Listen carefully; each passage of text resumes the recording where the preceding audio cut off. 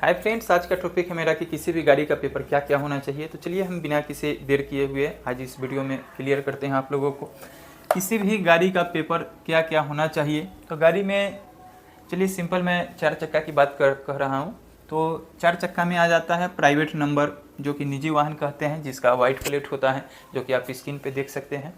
और दूसरा होता है कमर्शियल नंबर, जो कि भाड़ा में गाड़ी चलती है, वो हो गया कमर्शियल नंबर, जिसको भाड़ा की गाड़ी भी कहते हैं। बहुत सारे लोग हैं जो निजी वाहन को भी भाड़ा में यूज करते हैं, लेकिन वह अलाउ नहीं है, पकड़े जाने पे उसको जुर्माना किया जा सकता है।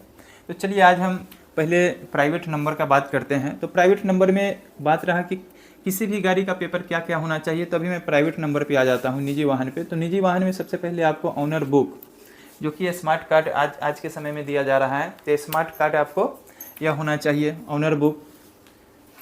इसके बाद में आपके पास इंश्योरेंस होना चाहिए, गाड़ी का इंश्योरेंस होना चाहिए। तीसरा आपका प्रदूषण पेपर होना चाहिए, चौथा जो व्यक्ति ड्राइव कर रहे होंगे उनके ड्राइविंग लाइसेंस होना चाहिए। और ड्राइविंग लाइसेंस में आप बताएंगे कि यहाँ पॉइंट 1, 2, 3 क्या लिखा है। तो यहाँ पे इसके बारे में अगर जानना है तो आप कमेंट कीजिए, या तो फिर मैं इस वीडियो में कोशिश करता हूँ कि नीचे बताने का। ये हो गया, ड्राइविंग लाइसेंस होना चाहिए। निजी वाहन के लिए LM भी चलता है, LM भी यह लाइसेंस होता है। इसमें आप बाइक, यहीं पे बता देते हैं, बाइक या कोई भी फोर व्हीलर आप चला सकते हैं। कोई भी फोर व्हीलर नहीं, बल्कि निजी वाहन वाला सिर्फ। तो ये भी क्लियर हो गया, ड्राइविंग लाइसेंस आपके पास होना चाहिए, LM भी निजी वाहन के लिए। और यह कैपेसिटी मैक्सिमम कितना होना चाहिए, जैसे होता है ना किसी भी गाड़ी का कैपेसिटी है 5 सीटर और आप उसमें 1-2 एक्स्ट्रा कर देते हैं, उस स्थिति में भी आपका चालान किया जा सकता है। तो यहाँ हो गया कैपेसिटी, ये भी क्लियर है। जैसे किसी गाड़ी में देखिएगा तो 7 सीटर होगा, कोई 8 सीटर होगा, कोई 9 सीटर होगा।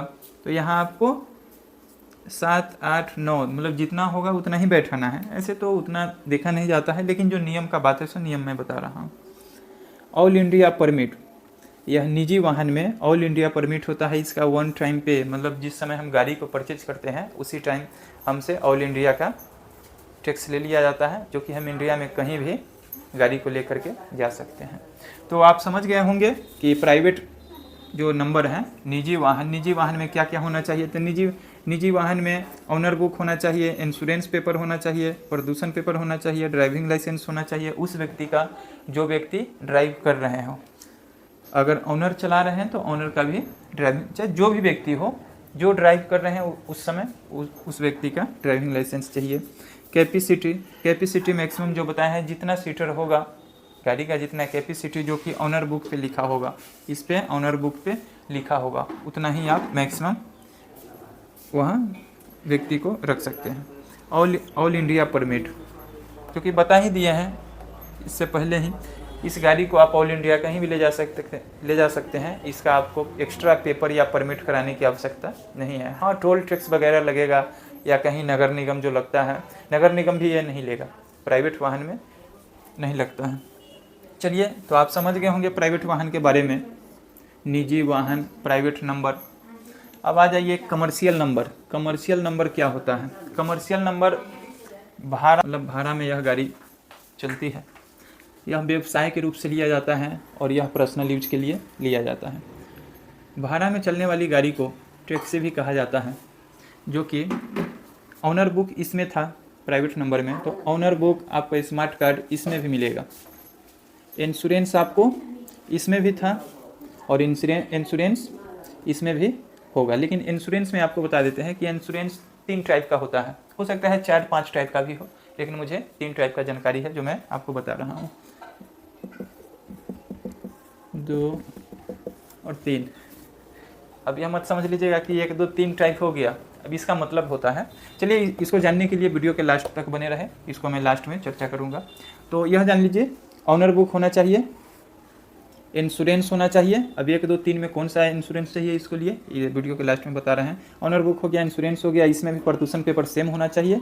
और ड्राइविंग लाइसेंस जो कि आपको मैं यहाँ पे बताया था 1, 2, 3, 1, 2 और 3। चलिए इसको हम यहीं पे बता देते हैं, जो कि यहाँ पे हम चर्चा भी किए थे, यहाँ पे डिटेल्स में हम आपको बता देते हैं।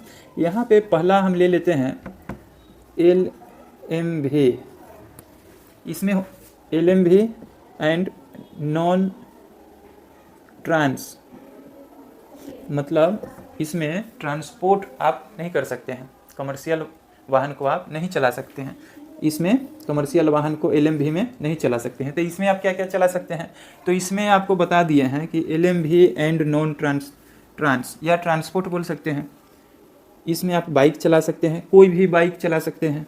और 4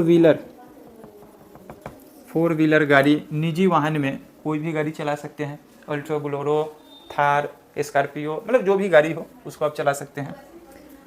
अब यहाँ आ गया दूसरा वाला, तो दूसरा में एक होता है कमर्शियल लाइसेंस, जो कि आप बस ट्रक को छोड़ करके और बाकी जो मीडियम में जो गाड़ी होता है, पिकअप हो गया, 407 हो गया, 4 चक्का में ही जो कमर्शियल वाहन होता है पीला प्लेट, उसको आप चला सकते हैं। तो इसमें ट्रांसपोर्ट दिया जाता है। अब आ गया तीसरा में, तो तीसरा में HMV होता है। चलिए बता देते हैं, आपको फर्स्ट में बता ही दिए लेकिन फिर भी बता देते हैं। फर्स्ट के लिए LMV, इसमें बाइक एंड फोर व्हीलर्स लिख देते हैं। दूसरा में आपको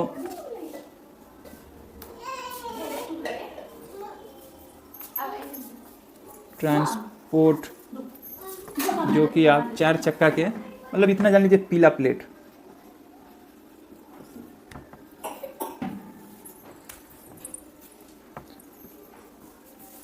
पीला प्लेट आप 4 चक्का में चला सकते हैं। अब तीसरा में आ जाइए HMV, ये हेवी लाइसेंस हो गया। इसमें आप बस,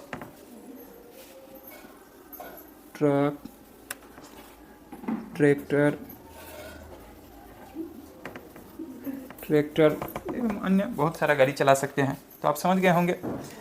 फर्स्ट में बाइक और 4 व्हीलर निजी वाहन के लिए, फिर इसमें 4 व्हीलर में पीला प्लेट के लिए, ट्रांसपोर्ट में कमर्शियल जो यहाँ बोलते हैं, और थर्ड में जो है HMV, वो आप ट्रैक्टर, बस, ट्रक, हाइड्रा जैसे भी ये सब चला सकते हैं। तो चलिए ये चीज़ आप यहाँ समझ गए ड्राइविंग लाइसेंस में। अब बताइएगा कि इसमें हमको किसका आवश्यकता होगा, तो 1 नंबर वाला को छोड़ करके बाकी यह दोनों से आप इसको चला सकते हैं। और कैपेसिटी, जो मैक्सिमम कैपेसिटी जो बताए हैं, अगर 500 kg का कैपेसिटी है तो 500 ही ले सकते हैं। ये समझने के लिए बोले हैं, 500 kg अक्सर होता नहीं है, मतलब जो कैपेसिटी यहाँ बताए हैं मैक्सिमम वही। अब तो फ्रेंड्स आपको बता दें कि प्राइवेट नंबर से कमर्शियल में क्या ज़्यादा पेपर लगता है, तो यहाँ एक्स्ट्रा आपको परमिट करवाना होगा। वो भी परमिट, अब जान लीजिए, आपको बिहार, अगर आप बिहार से अगर बिलोंग करते हैं, बिहार राज्य से है, तो बिहार में रहिएगा तो बिहार के लिए भी आपको परमिट चाहिए, जो कि 5 साल पे आपका परमिट बनता है। ये परमिट एक्स्ट्रा हो गया। उसके बाद में फिटनेस, जो कि 2 साल और 1 साल दोनों होता है, 1 ईयर का भी और 2 ईयर का भी एक्स्ट्रा बनाना होगा। अब इसमें क्या है, ये जो आउट ऑफ स्टेट बिहार जो कोस्ट में हम लिखे हुए हैं, जैसे आप बिहार से हैं तो आप बिहार में गाड़ी खरीदे, तो बिहार के लिए आप यहाँ देख लिए कि बिहार के लिए ओनली अंदर स्टेट, मतलब जो आप राज्य से हैं उसके लिए परमिट चाहिए। अब जैसे मान लेते हैं आपका जो राज्य है, अब उस राज्य से अन्य राज्य में भी जाएंगे तो भी आपको अदर राज्य के लिए परमिट लेना होगा। इसीलिए मैं यहाँ लिखा हूँ आउट ऑफ स्टेट्स बिहार, मतलब बिहार से आप बाहर जब जाएंगे, अपने राज्य से जब बाहर जाएंगे तो उसके लिए भी आपको परमिट लेना पड़ेगा, जो कि परमिट का हर जगह का, सभी राज्य का अलग अलग चालान है। ये हो गया। अब तो फ्रेंड्स, जैसा कि उम्मीद है कि आप समझ गए होंगे किसी भी गाड़ी का पेपर क्या क्या होना चाहिए। तो निजी वाहन में ऑनर बुक होना चाहिए, इंश्योरेंस होना चाहिए, प्रदूषण पेपर होना चाहिए, ड्राइविंग लाइसेंस होना चाहिए, और कौन सा लाइसेंस होना चाहिए वो भी आप समझ गए। तीनों में से कोई भी आप इसमें यूज कर सकते हैं। उसके बाद में गाड़ी का जो कैपेसिटी है मैक्सिमम ज़्यादा से ज़्यादा नहीं होना चाहिए, जो कैपेसिटी है उसके अंदर में होना चाहिए। ऑल इंडिया इसका परमिट होता है, आप इंडिया में कहीं भी इस गाड़ी को लेकर के जा सकते हैं, कोई भी टैक्स आपको देने की आवश्यकता नहीं है। अब आ गया कमर्शियल, जैसे भाड़ा के जो गाड़ी होता है उसमें, तो ये टैक्सी वाले नंबर में ओनर बुक होना ही चाहिए, इंश्योरेंस पेपर होना चाहिए, प्रदूषण पेपर होना चाहिए, ड्राइविंग लाइसेंस, जो कि आपको बता चुके हैं कि 1 नंबर वाला छोड़ करके LM भी छोड़ करके इसमें दोनों चलेगा।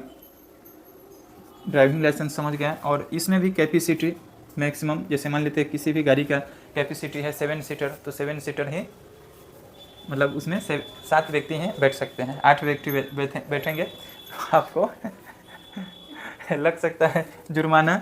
उसके बाद में परमिट होना चाहिए। अब परमिट में क्या होना चाहिए, जिस राज्य में आप रहेंगे उस राज्य का भी आपको परमिट होना चाहिए।